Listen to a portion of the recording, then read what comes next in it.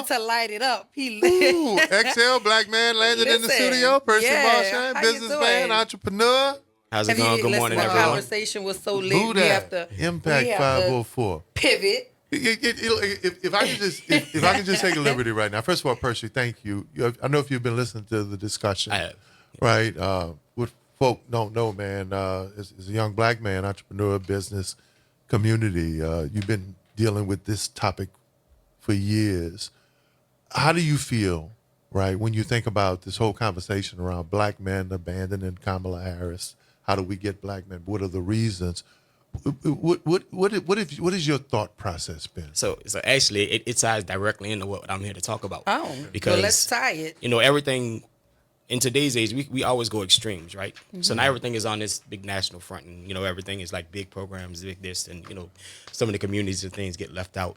So when we talk about what's going on with the election and how people are thinking, we have to stop letting outside media, outside influences shape our narrative and what we stand for. That narrative is BS. Black men aren't abandoning Kamala Harris. And the reality is a lot of white Republicans are coming to Kamala Harris in bigger numbers than that we're losing with those black men leaving. And a lot of those black men that they're interviewing, just being honest, they're going to certain places and picking certain people to come on TV and say that, oh, no, I'm voting for Trump. Now we know what our turnout numbers are with the ones, particularly a lot of the ones that they're talking about. They're not even going to show up to vote. Now, unfortunately, because I would rather you go and vote than not exercise your right. But the reality is, you got a lot of clowns that want to get up and be characters, and they run certain narratives, and they look at Trump and see the gold and he's this, that, and the other. But I mean, if you compare resumes. Bankrupt 6 times? Don't blame the 90%. But I'm going to jump in right here and say this, though, because I'm going to tell you what I see. And this is a black woman looking at 3 black men who are on a stage. When I look at a person like Antonio Brown, he is the personification of everything that I say about a broken child, right? Yeah. He is looking for somewhere to feel seen, to be heard, to feel validated, to feel loved. And even if that love is a falsehood, even if it's not real, he felt like he belonged in that moment. That's what I see when I saw him. Somebody that is broken in so many places, and he doesn't allow himself to be vulnerable enough to be honest about where the hurt stems from. It shows up in his choices of women. It shows up in how he's procreating and walking away from his responsibilities. It's showing up in this insatiable need to be accepted by someone and something. And that's what I see when I see him. And on the other hand, I see a lot of other people just following the lead of who they think is popular. And that also gives them the opportunity to be heard, to be seen, to be validated. Because outside of a football field, where have you ever seen those men stand in the projection of that many people at one time, looking at them and listening to them, because they're placating to what they think is the representation of all black men, and it's just not. Oliver said it earlier, you guys are not a monolith. There's a variety of different reasons why people take the stances that they take. In this conversation we're having is strictly about the why behind it.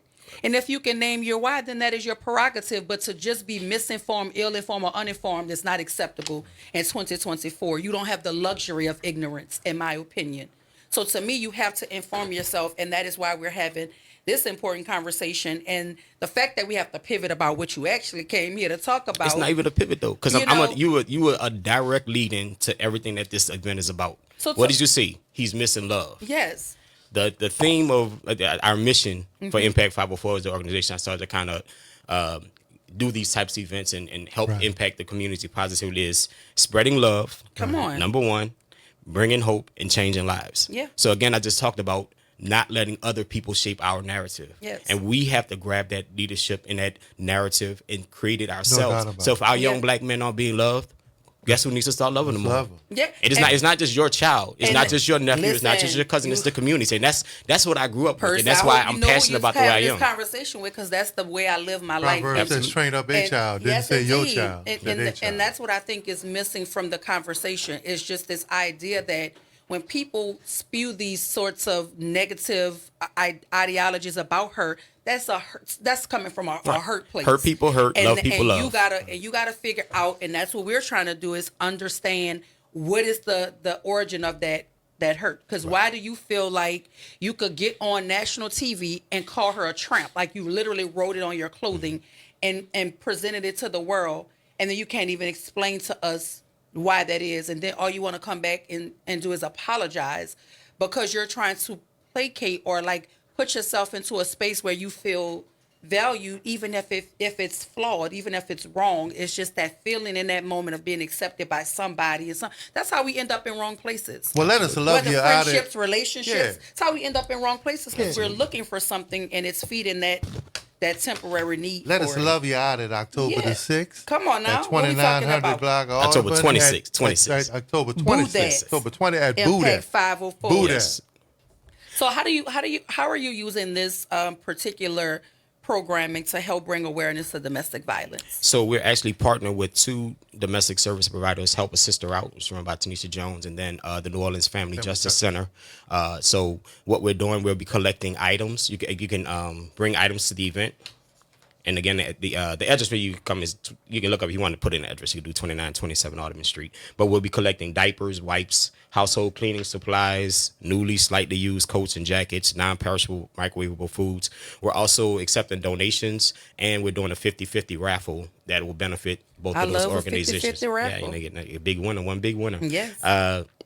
You know, and as so the way this came about with this part of it, last year when the young lady, the mother lost her 2 kids and all her possessions in a domestic violence situation. It was a few weeks before the event, and while Wayne and Megan Andry came and approached me, they're like, "Why don't you add a service element to Boo Dat?" And so we were able to raise between like funds and different goods and stuff about $2,000 worth of stuff to give to that mother. And that's the idea of what this organization Impact 504 is about. You know, I'm trying to change the narrative of what we think about nonprofits.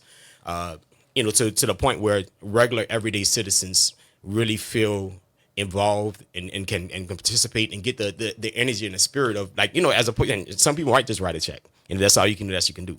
But we want to provide opportunities. You can go out and those underhoused people under the bridge, we can give them resources. And there's a difference when you go under that bridge and you smell the smells and you see the sights. And we bring youth, we bring older people, everybody, and they go out and they come back and they're like, when's the next one? So this is the 4th annual. This is the 4th annual Boo Dat. Okay. Yeah. So it started right after COVID in was that 2021? And it was like everybody's tired of being inside. The vaccines were out. Saints were playing. It was like, let's get together, have a Saints game. My brother used to do these kind of back in the day, probably about 12, 13 years ago over his house in the 7th Ward. And he got kind of tired and wanted to take a break from it. So he took a break for about 5 years. And I was like, well, you going to do it again? He was like, no, I don't think so. So I was like, I'll pick it up and bring it to the, you know, back to the home.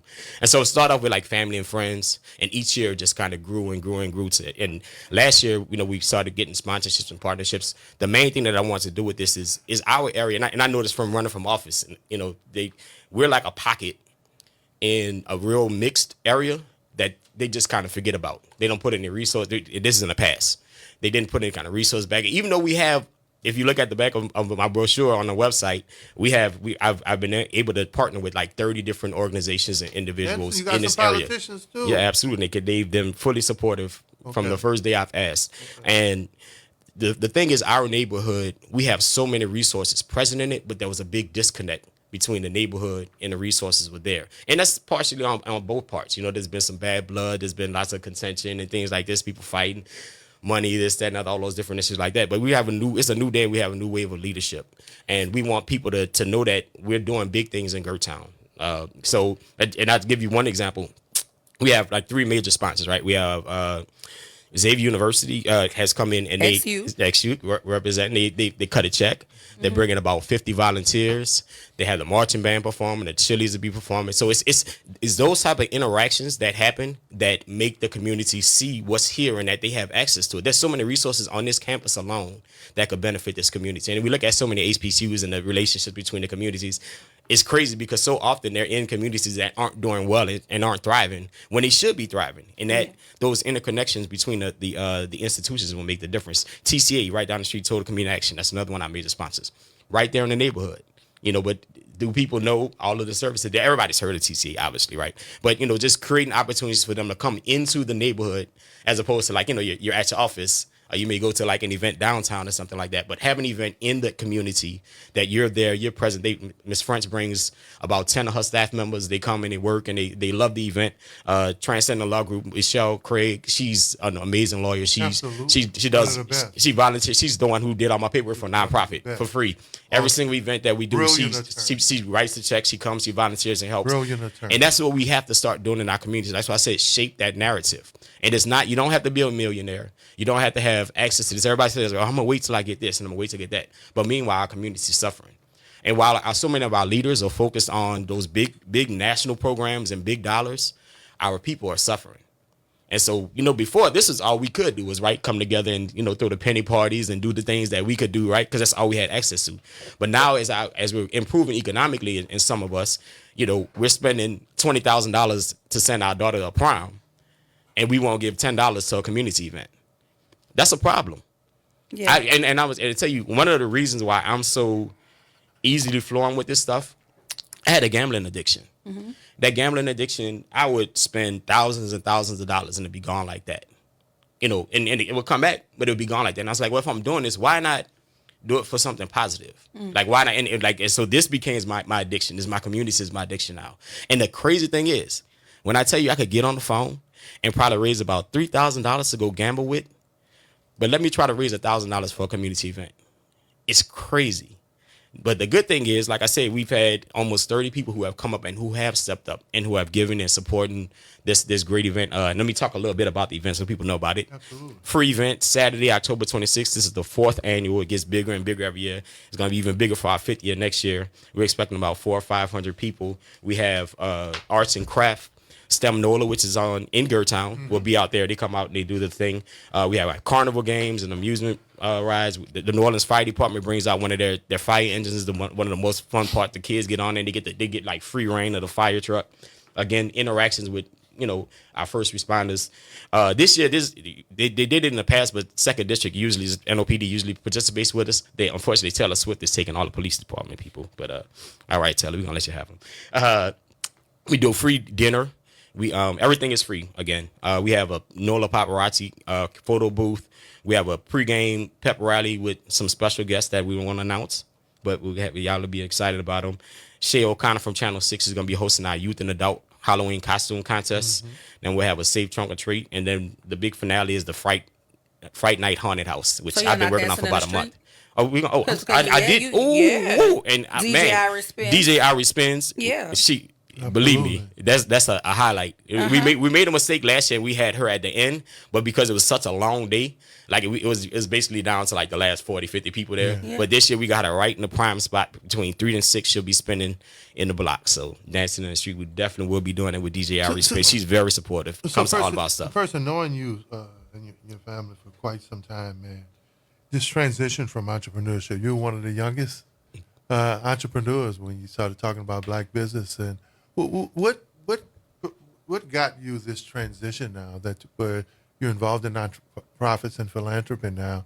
But when as a young man, you were one of our leading young businessmen. Yeah, and I took my horn. I was the youngest the youngest licensed business entrepreneur when I was 16 when I started. Well, 14 actually when I started. Yeah. But I did all of that stuff, and money came and went. Had Katrina, had to rebuild. Right. Had a fire, had to rebuild. And what that taught me, first of all, was like this was stuff that in both of those instances I lost almost everything I had, physical, property wise. Yeah. But within like months, I had all of that back and more. Right. And so what that told me was God is good. Yeah. You know what I mean? Mm-hmm. And so it's like what he taught me was give, and you're gonna be all right. You could give your last, and it's not gonna be your last, guaranteed. And so I've had all those that entrepreneur life that came from what people poured into me, my community poured into me, and now it's time to pay it forward. And what we want to do is I pay it forward, and then that love that I pour into you pour out to other people. Wow, let's go. And that's how it spreads. Look, the people want to talk to you. Line 1, Piper. Good morning. Welcome to the Piper. Good Morning Show. Piper, good morning to you. Did we lose it? That's okay. Let me just say boodat.com too. Go to boodat.com. Go to boodat.com. You can buy the raffle tickets. You can get all the information, all that stuff on boodat.com. Line 2, Reverend Calhoun. Good morning. Welcome to the Good Morning Show. Good morning, Mr. Matt. Good morning. Good morning. I do understand where the brother is coming from. getting community help is very, very difficult today. Yeah. As we are preparing now to do the ride to the polls on Saturday, just getting the money together to pay the bus to bring people to the polls, it's a challenge. But getting back to what we're saying, that the community should always come together. As you know, when we grew up down here in the lower 9, that was the issue. We came together. Yep. This other issue about Mr. Trump, have you noticed that there have not been one general, no military person surrounding him and saying that he's capable of leadership? Right. It's been just the opposite.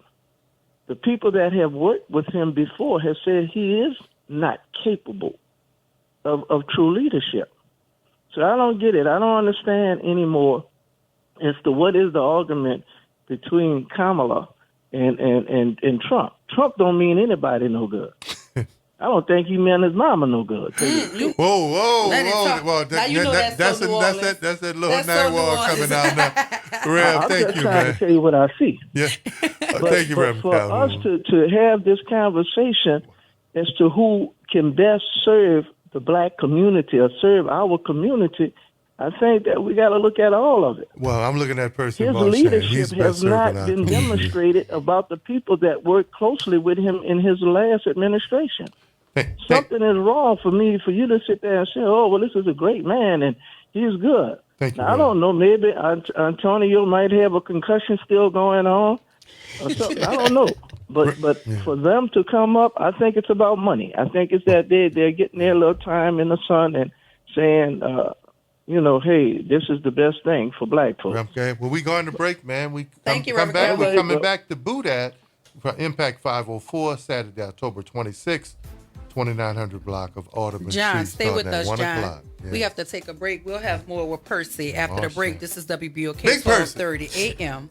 What New Orleans is talking about. You know they talk. Who station? Our station.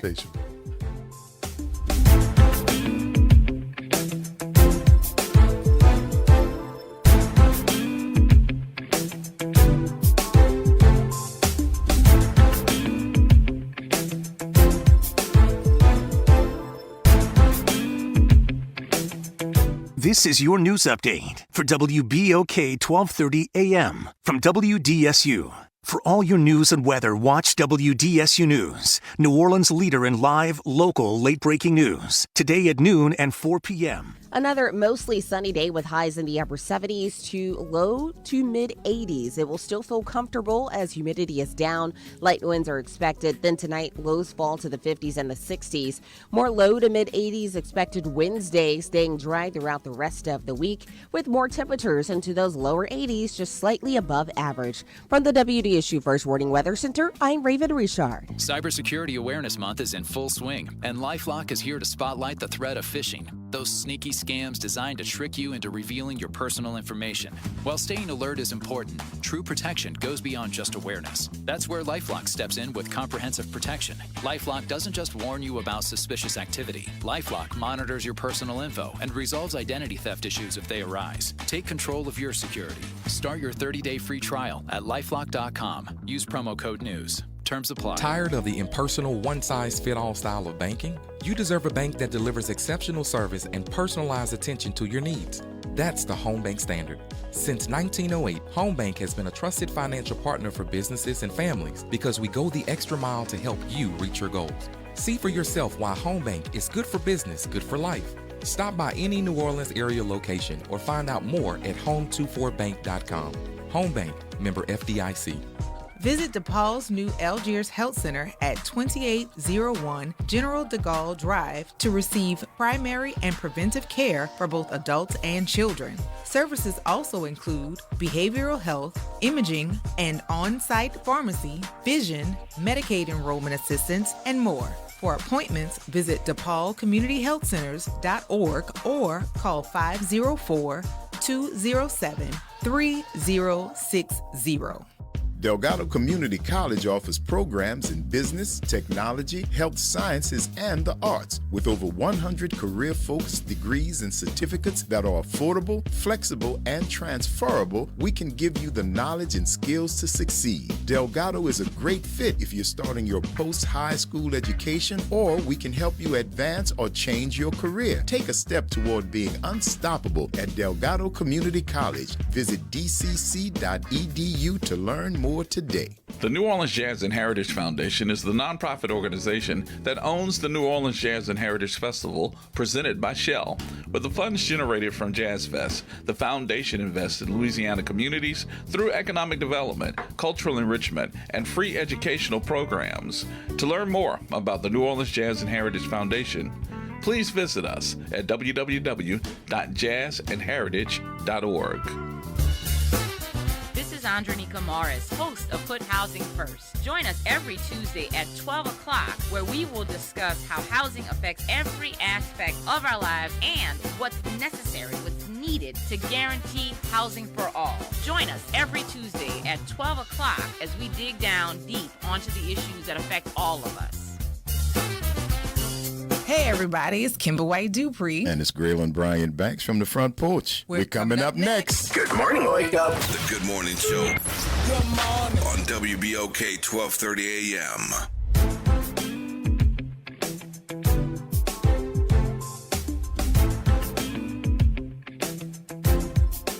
And we are back. Welcome back to the Good Morning Show. I am Dr. Ashanta White. The man over there doing all that dancing is Oliver O.T. Thomas. Yes. And in studio with us is Percy Marchand. Mr. Impact 504. Mr. Impact 504 talking all things. Boo that. Yeah, nope. We have a caller. Let's see what he's talking about, Percy. Good morning, John. How Good are you? Good morning, Big John. Now I know John ain't John? You there? John, you couldn't hold for us, bro. I'm trying to tell you something. He gonna call us Boss, back. you know these people be at work sneaking up on it. They want to holler at Dr. White.